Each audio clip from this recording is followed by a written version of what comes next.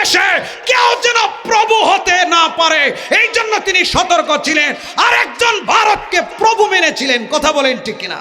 দেশের বাইরে আমার কোনো ঠিকানা নেই, এটাই হলো আমার ঠিকানা। খালেদা জিয়া বলেছিলেন এবং প্রকাশ্যে আলেমদের পক্ষে নেতা কর্মীদেরকে থাকার কথা বলেছিলেন এবং বলেছিলেন এই এতিম অসহায়দের কি অপরাধ ছিল। এই যে আমাদের দেশনেত্রী বাংলাদেশের সাবেক 3 বারের প্রধানমন্ত্রী মনে হয়ে গেল বেগম খালেদা জিয়া বাংলাদেশের একজন বড় সম্পদ ছিল, ওলামায়ে কেরামকে বড় মহব্বত করত, আলেম প্রিয় ছিলেন, মাদ্রাসা প্রিয় ছিলেন।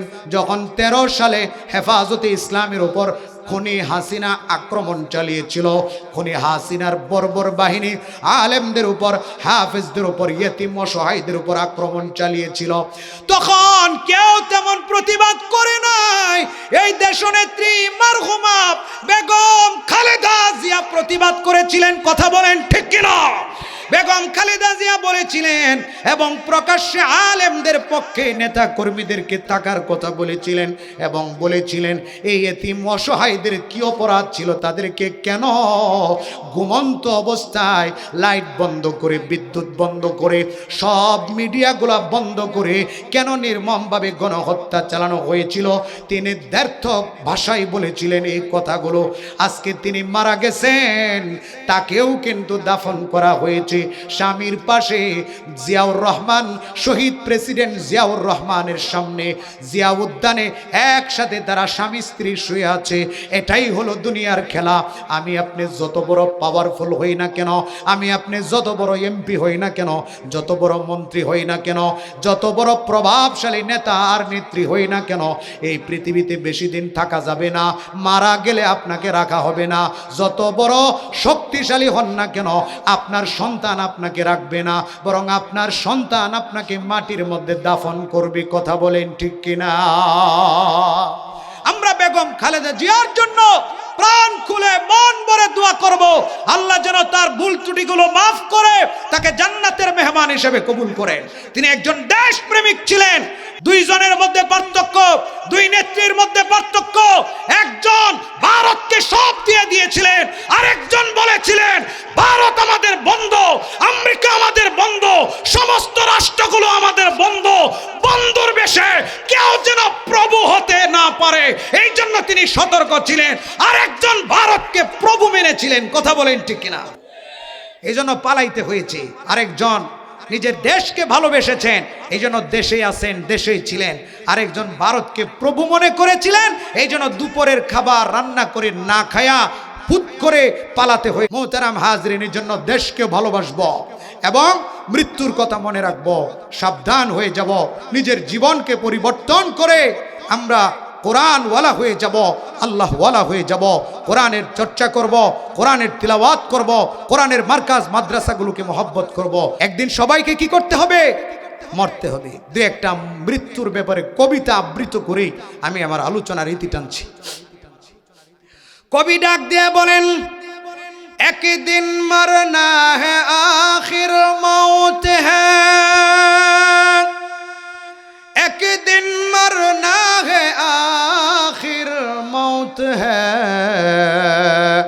कर ले जो करना है आखिर मौत है यहाँ से तुझको जाना एक दिन, कब्र में होगा ठिकाना एक दिन। মরণ থেকে যতই পালাও, মরণ তোমায় লইবে ঘিরি, যদিও সুদূর আকাশ পানে পালাও সেথাই লাগিয়ে সিঁড়ি। আলা ইয়া সাকিনাল কসরিল মুআল্লা সাতুদফান আ করিবিন ফিত তুরাবি। কবি ডাক দেয়া বলে, হে বুদ্ধিমান, তুমি বোকা হয়ে যাবে না, গাফিল হয়ে যাবে না। তুমি তো মানুষ, তুমি তো প্রাণী না, তুমি তো গরু ছাগল না, তুমি তো মানুষ। কবরের জগৎ নাই, তোমার তো মৃত্যুর পরে কবরের জগৎ আছে। প্রাণীদের তো কবরের পরে কিয়ামতের ময়দান নাই, তোমার তো কিয়ামতের ময়দান আছে। প্রাণীদের মৃত্যুর পরে ভয়ঙ্কর ফুলসিরাতের ব্রিজ পার হওয়া লাগবে না, কিন্তু তুমি মানুষ, তোমার তো ফুলসিরাতের ব্রিজ পার হওয়া লাগবে। প্রাণীদের মৃত্যুর পরে তাদের জন্য দাড়িপাল্লা নাই, তাদের আমলনামা মাপ দেওয়া হবে না। আর তুমি মুসলমান, তুমি তো বিশ্বাস করে মুসলমান হয়েছ, তোমার আমলনামা মাপ দেওয়া হবে। দাড়িপাল্লা দিয়া তোমার আমলনামা মাপ দেওয়া হবে। তোমার নেকির পাল্লা বাড়ি হলে ডান হাতে আমলনামা দিয়া জান্নাতে পাঠানো হবে।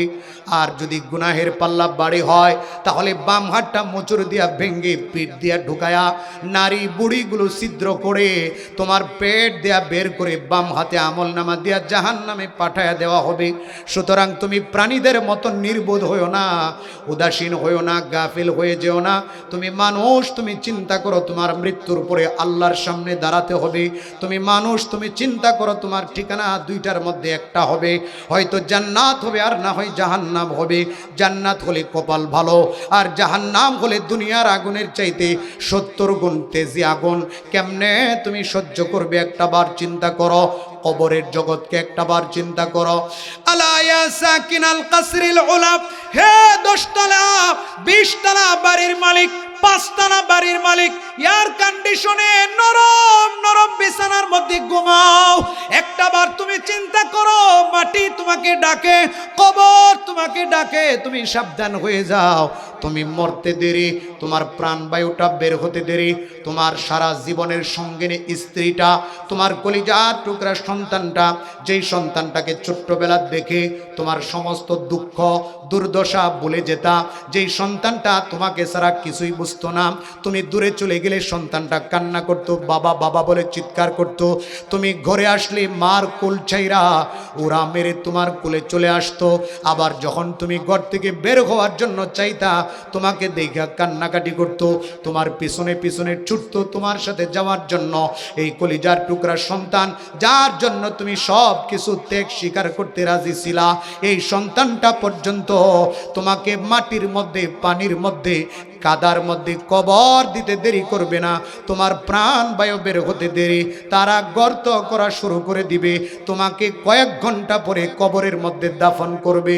আলহামদুলিল্লাহ রাব্বিল আলামিন, والصلاة والسلام على سيد الأنبياء والمرسلين وعلى آله وأصحابه أجمعين. ربنا ظلمنا أنفسنا وإن لم تغفر لنا وترحمنا لنكونن من الخاسرين. ربنا فاغفر لنا ذنوبنا وكفر عنا سيئاتنا وتوفنا مع الأبرار. رب ارحمهما كما ربياني صغيرا. يا رب العالمين يا أكرم الأكرمين, আমরা কতিপয় গুনাহগার দোষী অপরাধী বান্দা, আয় আল্লাহ, গভীর রজনী পর্যন্ত কনকনে শীতের মধ্যে কোরআন হাদিসের আলোচনা শুনে গুনার বোঝা মাথায় নিয়ে তোমার শাহী দরবারে ভিক্ষুকের মতো রহমতের আশায়, মাগফিরাতের আশায়, জান্নাতের আশায়, জাহান্নাম থেকে মুক্তির আশায় দুইখানা হাত উত্তোলন করেছি। আয় আল্লাহ, আমরা গুনাহগার, নাফরমান, সিয়াকার, খাতাকার। তুমি রহমান, রহিম, গফুর, গফফার, মেহেরবানি করে আমাদের গুনার দিকে না তাকিয়ে তোমার রহমতের দিকে তাকিয়ে আমাদের জীবনের সমস্ত গুনাহ খাতাগুলো তুমি মাফ করে দাও। আল্লাহ রাব্বুল আলামিন, আমাদের মাতা পিতা, আত্মীয় স্বজন, মুরব্বিয়ানে কেরাম যারা কবরবাসী, জানি না তারা কেমন আছেন, আয় আল্লাহ মেহেরবানি করে তাদেরকেও মাফ করে তাদের কবরগুলোকে তুমি জান্নাতের বাগান বানিয়ে দাও। আল্লাহ রাব্বুল আলামিন, মুন্সিবাড়ি পারিবারিক কবরস্থানে যারা শুয়ে আছেন, বিশেষ করে আল্লাহ তাদেরকে তুমি মাফ করে তাদের কবরগুলোকে তুমি জান্নাতের বাগান বানিয়ে দাও। আল্লাহ, আমরা যারা হাত উঠাইলাম, অনেকের মা নাই, বাবা নাই, দাদা দাদি, নানা নানি, আত্মীয় স্বজন নাই, অনেক স্বামী আছে যার স্ত্রী নাই, অনেক বাবা আছে যার সন্তান দুনিয়াতে বেঁচে নাই, অনেক ভাই আছে যার ভাই দুনিয়াতে বেঁচে নাই। আয় আল্লাহ রাব্বুল আলামিন, মেহেরবানি করে আমাদের সকল মারহুমাইন মারহুমাতদেরকে জান্নাতের মেহমান বানায়া দাও। আয় আল্লাহ, আমরা যারা বেঁচে আছি, আমাদের আব্বা আম্মা, আত্মীয় স্বজন সহ আয় আল্লাহ আমাদের প্রত্যেককে দিনের জন্য কবুল করে নাও। আয় আল্লাহ আমাদের প্রত্যেককে আল্লাহ তুমি হক্কানি রব্বানি আয় আল্লাহ আল্লাহওয়ালা মুত্তাকি পরহেজগার কোরআনওয়ালা হিসাবে কবুল আর মঞ্জুর ফরমাও। দিনদার মুত্তাকি হিসাবে কবুল আর মঞ্জুর ফরমাও। নামাজি হিসাবে কবুল আর মঞ্জুর ফরমাও। আয় আল্লাহ সর্বপ্রকার গুনাহ থেকে আমাদেরকে তুমি হেফাজত ফরমাও। সর্বপ্রকার বিপদ আপদ বালা মুসিবত থেকে আমাদেরকে তুমি হেফাজত ফরমাও। কোরআনের আলোচনা আমরা শুনলাম আয় আল্লাহ, আর ওলামায়ে কেরাম যে আলোচনাগুলো করেছেন প্রত্যেক আলোচনাগুলো বুঝে আমাদেরকে আমল করার মতো তৌফিক দান করে দাও। বিশেষ করে কোরআনটাকে মহব্বত করে কোরআনের মর্যাদা বুঝে কোরআনের তিলাওয়াত বেশি বেশি করবার এবং কোরআন অনুযায়ী আমল করার চলবার তৌফিক আমাদেরকে দান করে দাও। আয় আল্লাহ রাব্বুল আলামিন, যেই মাদ্রাসার উদ্যোগে মাহফিল মাদ্রাসাকে তুমি কবুল করে নাও। মাদ্রাসার যত হাজাত জরুরিয়াত আছে আল্লাহ তুমি পুরা করে দাও। মাদ্রাসার মুহতামিম আসাতিজায়ে কেরাম তালেবে ইলমগণ, মাদ্রাসায় যারা হাফেজ হয়ে পাগড়ি নিয়েছে আয় আল্লাহ, মাদ্রাসার কমিটি বৃন্দ, এলাকাবাসী, মুরব্বিয়ানে কেরাম, যুবক ভাইয়েরা, মাসুম বাচ্চারা, পর্দার অন্তরালের মা বোনেরা সহ আয় আল্লাহ প্রত্যেককেই তুমি দিনের জন্য কবুল করে নাও। আয় আল্লাহ হাফেজে কোরআনের বাবা কিছুদিন আগে ইন্তেকাল করেছে, হাফেজ পাগড়ি পেয়েছে, দেখতে পারে নাই। আয় আল্লাহ কবরে তার শান্তি এবং রহমত নাজিল ফরমাও। রব্বানা তাকাব্বাল মিন্না إنك أنت السميع العليم وتب علينا إنك أنت التواب الرحيم আয় আল্লাহ আমাদের মধ্যে যারা অসুস্থ আছে মেহেরবানি করে সুস্থতার নিয়ামত দান করে দাও। আয় আল্লাহ মারহুমা বেগম খালেদা জিয়াকে আল্লাহ তুমি মাফ করে জান্নাতের মেহমান বানায় দাও। سبحان ربك رب العزة عما يصفون وسلام على المرسلين والحمد لله رب العالمين. السلام عليكم ورحمة الله.